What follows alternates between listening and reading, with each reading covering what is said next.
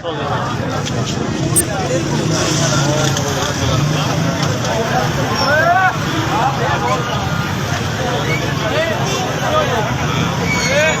Number Islamabad में Abu Hanif school है। इधर छोटी बच्चियों के साथ ज्यादती की गई है और प्रिंसिपल स्कूल के जो वो भी साथ मिली हुई है।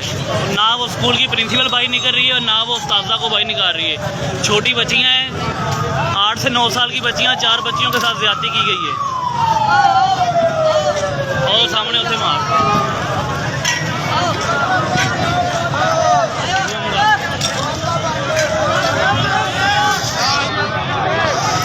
वोट दे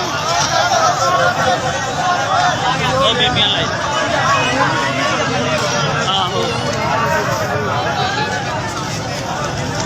सूफी बरकत अली सरकार का यह स्कूल है जो अबू हनीफ के नाम से बनाया गया है। अबू हनीफ कॉलेज है आ सूफी बरकत साहब का।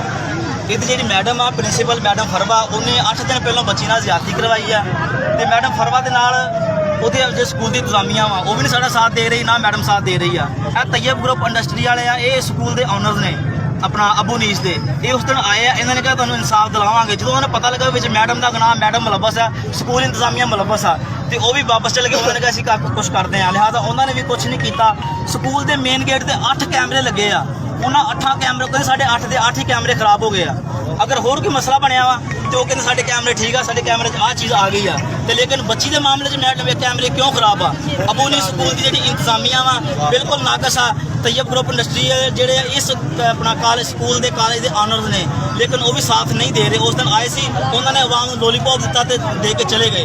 जी स्कूल की इंतजामिया मैडम फरवा वो मुलव्वस आ, उन्होंने पता वा मुजरम केड़ा वा, लिहाजा सानू मैडम फरवा चाहिए। मैडम सर फरवा अगर आ जाए, उन्होंने पता वा कौन किन्ने 8 साल की बच्ची नाल ज़्यादती की है।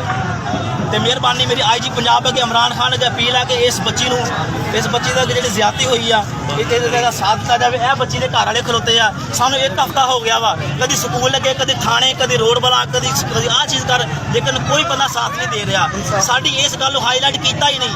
यह जो अबू हनीफ स्कूल है बिल्कुल गंदा वा। यह जी मैडम है मैडम गंदी आ। अगे भी 2-4 वाक़या होया, मैडम ने वाक़या हाईलाइट नहीं किया, पैसे दे के उन्होंने घर वालों को दबा दिता गया वा। लिहाजा इतों तक इस बच्ची के वालदा नूं कहा गया वा कि तुम साढ़े को पैसे लै लवो, असीं तुहाडे बच्चे होर दाखिल कर देंगे, तुम इस गल नूं ना करो।